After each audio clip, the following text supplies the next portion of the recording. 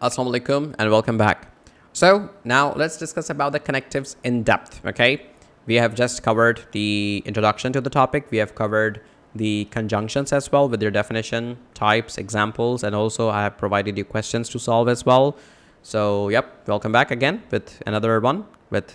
Now in this video, let's try to understand connectives. What are connectives? Okay, so connectives are words or phrases that serve to connect different ideas, concepts, or sentences.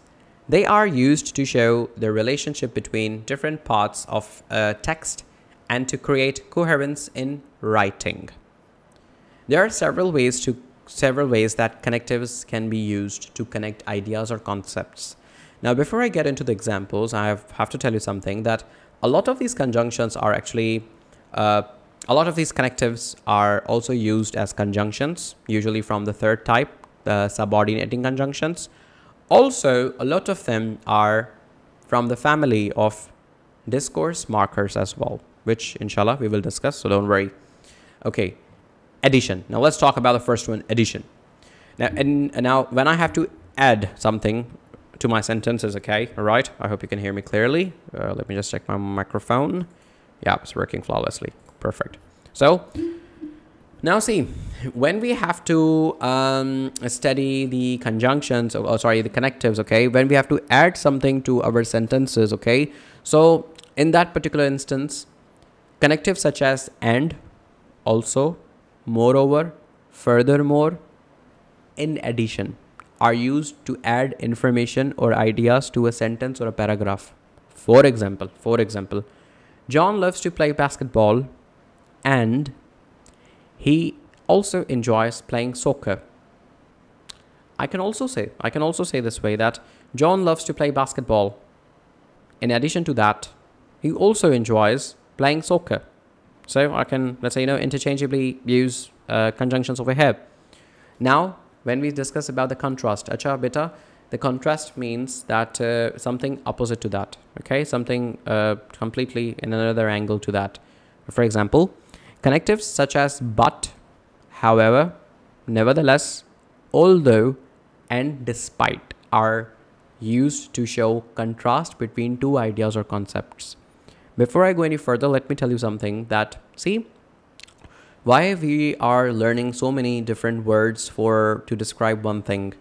Because in English, the more words you know, the better you can speak and write at the same time. When it comes to creative writing, you're going to be having a variety of different vocabulary in your mind that one can use it in a very intelligent way to, sound more better, write even more professionally and better, okay? So that's something that I wanted to share with you. So connectives such as but, however, nevertheless, although, despite are used to show a contrast between two ideas or concepts. For example, she is very intelligent, but she struggles with math. Now this is something opposite, so it's something negative that I'm telling, okay? Something in contrast, that though she is very intelligent, but she suffers in mathematics, okay?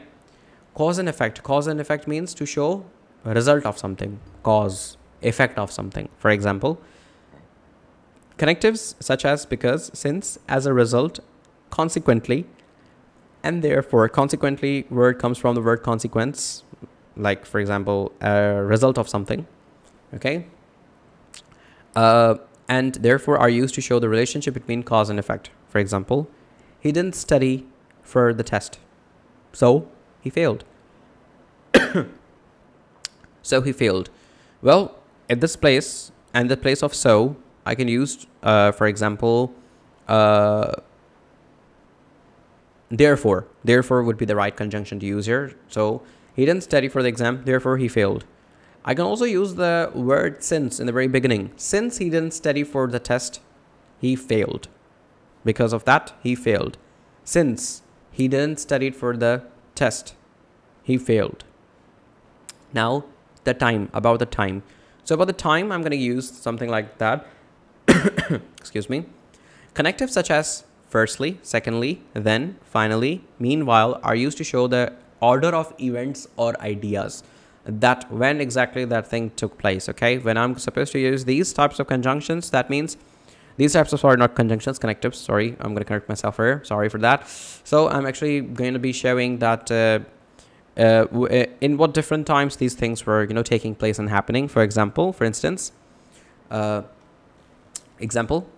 firstly, we need to gather all the information, then we can start working on the project. That's how we can use these words. Now when we are comparing things, comparison.